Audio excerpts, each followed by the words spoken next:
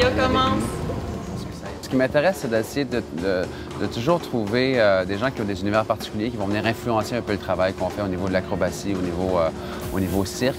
On intègre une théâtralité, on fait danser les artistes, les acrobates, mais reste que la discipline première, c'est le cirque. Donc, je m'assure qu'il y a toujours ces éléments spectaculaires. Je m'assure que la construction de numéros se fait d'une manière logique, acrobatiquement. Puis après, bien, avec le travail de Dave, on vient éclater tout ça, déconstruire et reconstruire par la suite en intégrant ces éléments-là que Dave apporte. Puis moi, mon rôle, en fait, c'est vraiment d'amener les artistes le plus possible à rentrer dans le spectacle avec une façon de bouger sur la scène, avec une attitude aussi. Puis c'est assez rare, je trouve qu'un artiste contemporain puis un artiste qui est plus dans le grand public, qu'on puisse aussi rapidement trouver un terrain d'entente pour une création. Moi, je pense que j'ai une grande curiosité, puis quand j'ai un doute, je préfère laisser aller, puis voir où est-ce que ça va nous mener, parce que Dave propose parfois des angles qui sont « oups », ou a priori, je serais peut-être pas allé.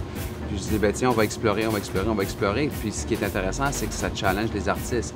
Et ça, c'est quelque chose qui, comme artiste, je pense qu'il n'y a pas un artiste qui n'est pas préoccupé par ça. Parce que si on est artiste, d'abord et avant tout, c'est à cause de ça. C'est à cause qu'enfant, on a senti quelque chose qui était différent des autres. Et on a décidé d'écouter ça et d'y aller.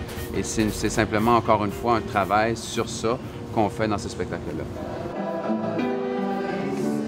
On pose souvent la question à cirque contemporain, est-ce que c'est vraiment du cirque? Est-ce que c'est pas maintenant vraiment du théâtre, de la danse? Qu'est-ce que c'est exactement? Moi, je revendique haut et fort l'appellation cirque parce que l'acrobatie a toujours une grande place au Cirque Éloise. Donc, la performance de haut niveau, ça reste comme le point de départ. À partir de là, on théâtralise, on intègre des mouvements de danse, mais ça reste un spectacle de cirque pour toute la famille. Certaines références sont, par exemple, le film Brasil, le monde de Kafka en général. Metropolis, ouais, Metropolis. C'est un peu un mélange de tous ces univers-là. Donc, à travers, effectivement, un personnage principal, puis c'est son parcours à lui, son voyage à lui qu'on suit. Donc, c'est ses fabulations, ses rêves. Donc, le spectacle commence, il est dans son environnement quotidien, fonctionnaire, et tout à coup, dans une espèce de somnolence, les gens autour de lui commencent à devenir totalement autre chose de ce qu'ils sont normalement dans le quotidien. Et là, on part dans l'aventure, on part dans le rêve. Pour moi, l'image que j'aimerais qu'il reste, l'image du final, de Ashley qui tout à coup prend la décision de basculer dans cet autre monde qui lui ressemble plus, donc qui va vers quelque chose où il s'élève. Ça, pour moi, c'est quelque chose de très fort et très touchant. Puis déjà, je suis ému à la regarder. Donc là, pour moi, c'est quelque chose, si on arrive à toucher le spectateur de cette façon-là, puis après, on espère que tout le monde va aimer. Veux-tu la mettre, Dave? Les artistes, ils sont super hallucinants, ils sont super généreux. Je m'amuse beaucoup avec eux.